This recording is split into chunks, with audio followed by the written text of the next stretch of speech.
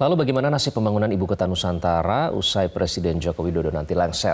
Akankah selesai di tangan pemimpin mendatang di antara ketiga baca pres 2024? Kita akan bahas lengkapnya bagaimana nasib IKN nanti di antara tiga baca pres. Sudah bergabung bersama kami melalui sambungan Zoom. Ada Direktur Selyos Bima Yudhistira dan juga ada pengamat komunikasi politik Emrus Sihombing.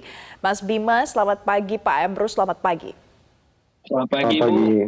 Oke, kita mau ke Mas Bima terlebih dahulu. Mas Bima, di antara tiga pasangan ini, siapa yang sebenarnya paling besar potensinya pasti akan melanjutkan IKN ke depannya? Atau tiga-tiganya sudah pasti akan melanjutkan IKN karena sama-sama ada jadi amanat undang-undang begitu?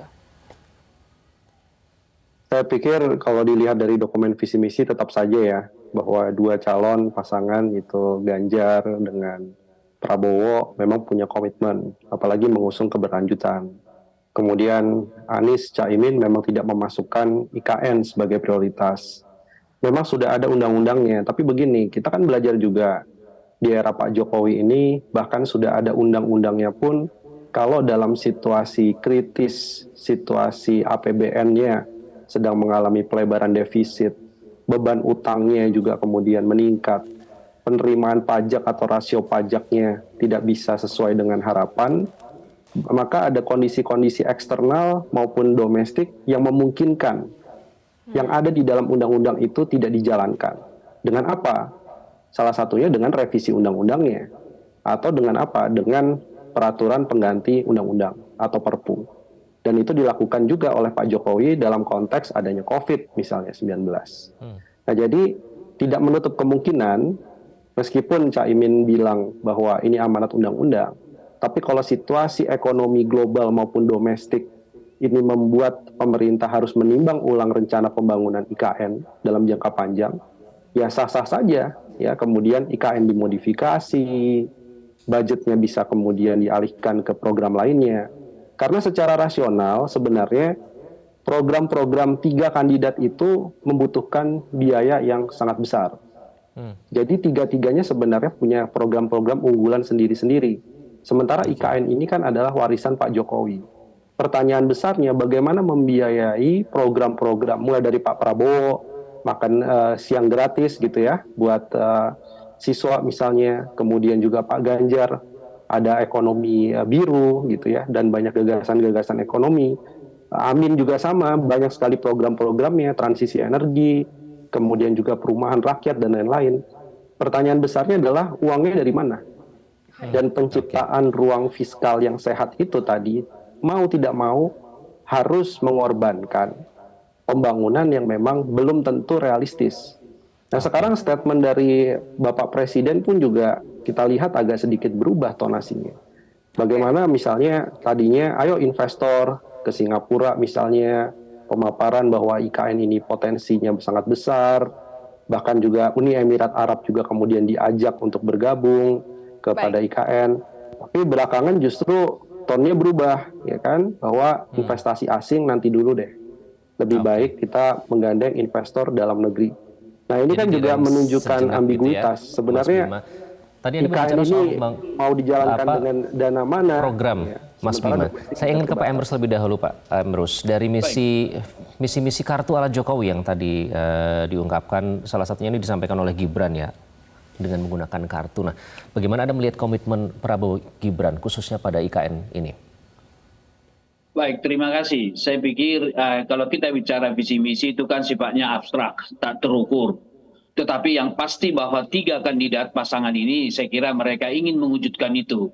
Kalau misalnya katakanlah Ganjar, Mahfud, kemudian Prabowo, Gibran, dan juga Anies dan Caimin sudah mengatakan dari secara jelas karena ini sudah merupakan suatu undang-undang harus dilakukan.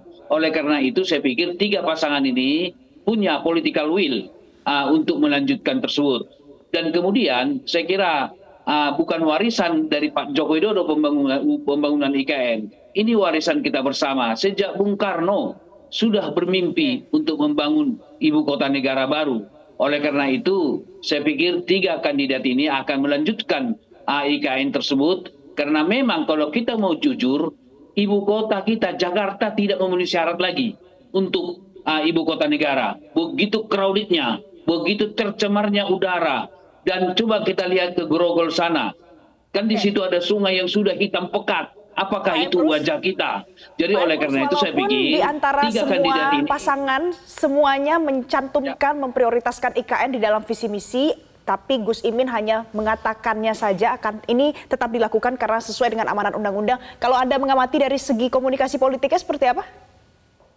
baik, seperti yang saya katakan di awal, kalau kita bicara visi misi dicantumkan atau tidak dicantumkan, kan visi misi itu kan sesuatu yang abstrak. Tapi kita harus menilai pada level yang sifatnya political will atau kemauan melakukan. Bukankah Ganjar Pranowo, Mahfud MD, kemudian Prabowo dan Gibran, dan juga Caimin sudah menyatakan pada level operasional mereka akan melanjutkan pembangunan ini. Kalau saya berpendapat bahwa dari mana sumber-sumber keuangan, tadi sudah disebut 3 sumber keuangannya itu, yaitu dalam negeri, kerjasama dengan swasta, dan dari luar negeri, bantuan atau katakanlah modal dari luar negeri. Saya melihat bahwa 3 kandidat ini dari pandangan-pandangannya melanjutkan pembangunan IKN tersebut. Demikian.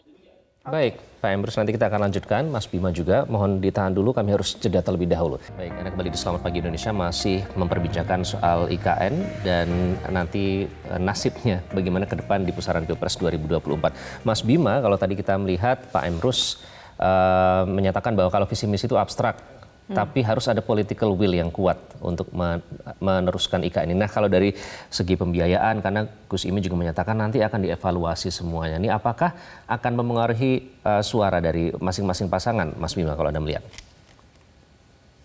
Ya, yang jelas kalau narasinya adalah narasi perubahan, kemudian mendukung IKN kan agak aneh, saya kira. Kecuali oke lah, IKN akan dilanjutkan, tapi itu ada komanya. Komanya adalah dia akan dimodifikasi bukan dalam rangka pemindahan ibu kota seluruhnya, tetapi misalnya bisa dimodifikasi sebagai kawasan terintegrasi untuk ekonomi kreatif gitu ya. Sehingga dari segi hitung-hitungan anggaran mungkin nggak sampai 400 triliun lebih yang dibutuhkan. Karena apa? Karena kalau melihat sebenarnya suara-suara terutama anak muda sekarang kan yang dibutuhkan misalnya itu bukan pembangunan ibu kota negara. Yang dibutuhkan adalah penciptaan lapangan kerja industri. Dan industri nggak mungkin jadi satu di dalam ibu kota negara. Nggak ada di negara-negara lain kalau mau ibu kotanya baru, itu harus berjauhan dengan yang namanya industri. Sementara yang anak muda butuhkan adalah industri pengolahan. Kemudian yang anak muda butuhkan adalah gimana nih caranya pembangunan itu selaras dengan lingkungan. Memang betul ada masalah soal polusi, banjir di Jakarta. Itu memang keresahan anak-anak muda sekarang. Tetapi kalau misalnya IKN yang kita lihat sekarang ini juga banyak dikritik menciptakan deforestasi, namanya juga membangun gitu kan, menciptakan deforestasi, nah ini juga akan jadi kontradiktif. Jadi saran saya sih sebenarnya untuk pasangan yang punya tema perubahan, ketika dia bilang bahwa memang amanat undang-undang sudah ada undang-undang IKN, tapi kita juga perlu lihat undang-undang IKN kan baru. Begitu juga undang-undang IKN dalam beberapa bulan mengalami revisi. Sehingga masih ada kesempatan sebenarnya untuk menjelaskan kepada publik bentuk dari IKN atau Nusantara menurut Anies dan Caimin itu apa sebenarnya yang menjadi pembeda dengan yang dibayangkan misalnya oleh pemerintahan sekarang. Dari sisi anggaran, dari sisi kebutuhan energinya, dari sisi pengembangan wilayahnya. Meskipun kita tahu gitu ya bahwa tekanan ekonomi ke depan ini sangat serius dari sisi pelemahan nilai tukar rupiah, dari minat investor asing. Investor asing sejauh ini banyak yang tanda tangan letter of intent, artinya mau untuk berinvestasi, baru bilang mau. Tapi realisasi investasinya ditunggu-tunggu juga tidak terlaksana juga, karena mereka khawatir suku bunga dan lain-lain. Ya. Oke, Mas Bima, coba kita akan tanyakan ke Pak Emrus. Pak Emrus, kalau untuk isu IKN ini, apakah ini ada jadi isu yang seksi untuk sebagian besar pemilih? Karena kan lebih dari 50% pemilih kita kaum milenial, generasi Z. Apakah ini menjadi isu yang seksi dan kemudian harus dibahas di dalam visi misi dan dijelaskan bagaimana nanti nasib IKN ke depan? Saya kira saya setuju. Karena bagaimanapun ini sudah kita bangun, sudah kita mulai, dan sudah ada undang-undangnya, dasarnya semua.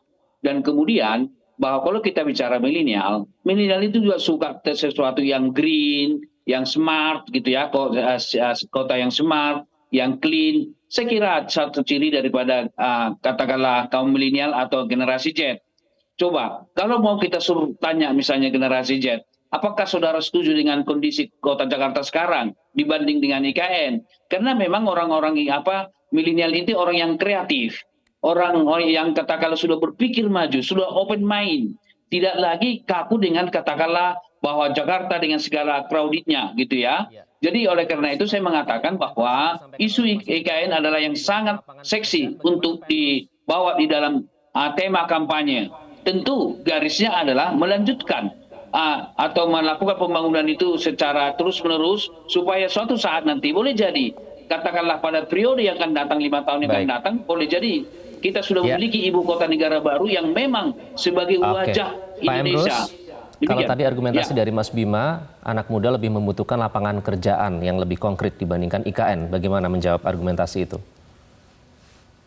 Baik, saya pikir kalau misalnya katakanlah kita bangun IKN, bukankah ada efek domino tentang hal-hal yang bisa dilakukan di situ? Bukankah anak muda nanti di sana bisa berbisnis dalam konteks startup misalnya, konten kreator misalnya, atau main di YouTuber misalnya, dan lain sebagainya. Mereka sudah merasa nyaman di IKN dibanding di kota Jakarta yang sangat katakanlah tingkat pencemarannya kemarin termasuk tertinggi kan di dunia. Saya kira ini perlu suatu hal yang diminati oleh generasi milenial dan generasi Z. Demikian. Baik, kalau menarik begitu. Ya, melihat selanjutnya. Menarik pembahasannya, tapi durasi kita terbatas. Terima kasih Direktur Selyos Bima Yudhistira sudah bergabung bersama kami. Terima kasih pengamat komunikasi politik Emrus Sihombing sudah bergabung bersama kami pagi ini di Selamat Mas Pagi Bima Indonesia. dan Pak Emrus. Jelajahi cara baru mendapatkan informasi. Download Metro TV Extend sekarang.